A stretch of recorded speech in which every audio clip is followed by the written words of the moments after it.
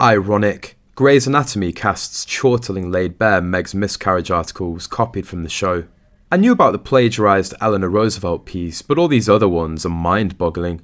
Especially the one regarding her miscarriage. She just Googles quotes about miscarriage or whatever meme she's going for, and a million sites will come up. Then she just picks and chooses and is too damn stupid to change a few words, to make it a little bit less obvious. Just when you think that it can't get any worse, she finds new depths to sink to. Ironically, it was discovered today that the extremely painful post about Meghan's miscarriage in the past turned out to be copied from Grey's Anatomy. Meghan Markle has revealed why she opted to share a miscarriage with the world, explaining that she hoped to be able to help other people. In the final episode of the 6-part Netflix series, the couple and their close family and friends discuss the miscarriage Meghan suffered in 2020 and the impact it had on them. As she was changing the couple's son Archie's nappy at the home in LA, she dropped to the floor in pain. "I knew as I clutched my firstborn child that I was losing my second," she said. "Hours later, I lay in a hospital bed holding my husband's hand.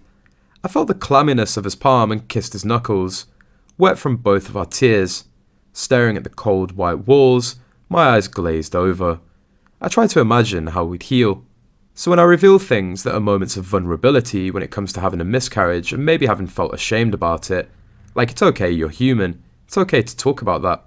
You've got to appreciate the scope of her inspirations to go from Eleanor Roosevelt to Grey's Anatomy. Meghan has never come across a phrase she couldn't try to pass off as her own. Considering how maudlin Grey's Anatomy can be, there's a world where the series ends Bailey's night story with her crying in an operating room. We learned that Bailey suffered a miscarriage. When we last saw her, she was definitely trying to bottle up her emotions and carry on with her job. In the face of some of her interns being hurt in the Joe's bar accident, she continued to do just that, and saved lives in the process. But when all was said and done, Bailey needed a release and broke down in a powerful conversation about her loss with Weber. "Everyone I touched today, everyone I held in my hands or gave to another surgeon to put back together again, fine," Bailey said.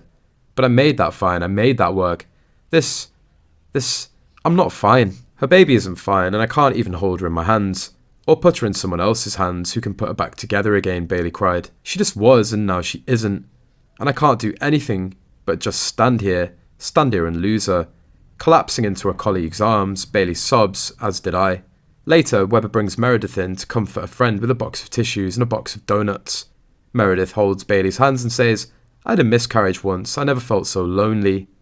Long-time fans will remember Meredith suffered a miscarriage back in season 6, when a shooter went on a rampage in the hospital, injuring Derek and leaving Meredith and Christina to operate on him at gunpoint. If Meghan put half the effort into actually thinking for herself and developing her own set of values, interests and ideas that she puts into fighting with everyone and searching endlessly for grievances to complain about, she'd come out of it a far more rounded and interesting person.